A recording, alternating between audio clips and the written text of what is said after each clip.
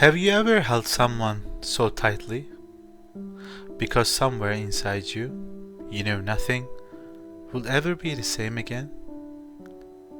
Sometimes a hug is not only an expression of love, sometimes it is beginning of regret. Ilya Repin did not paint violence.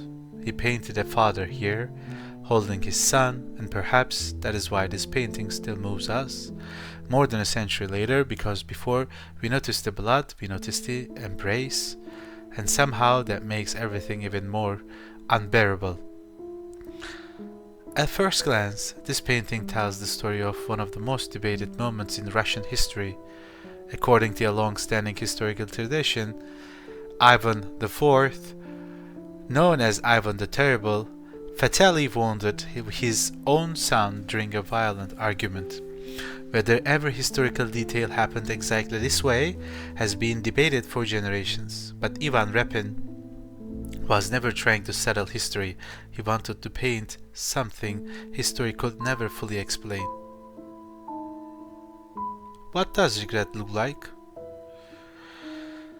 Look at the father's eyes, please. There is no anger left, no authority, no emperor, no conqueror, only a father. For perhaps the first time in his life, he is no longer holding power. He is holding what he is about to lose forever. Now look at the son, please. Life is slowly leaving him, and yet his hand still rests gently on his father's shoulder. That single gesture changed everything. The dying son appears to comfort the man who has wounded him. How extraordinary that forgiveness can survive where violence has already failed.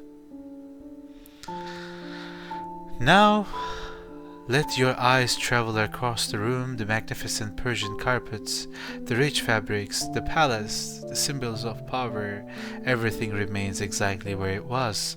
Nothing has moved except two human lives. Repin quietly reminds us that wealth, authority, and kingdom cannot protect us from ourselves.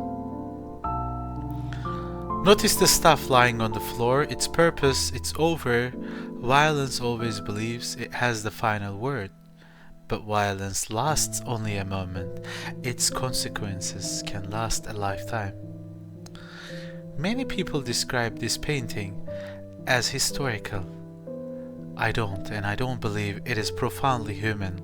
Long before psychology gave names to trauma, shock, or unbearable guilt, Repin had already painted them, not through theories, not through words, but through one face, one embrace, one silence.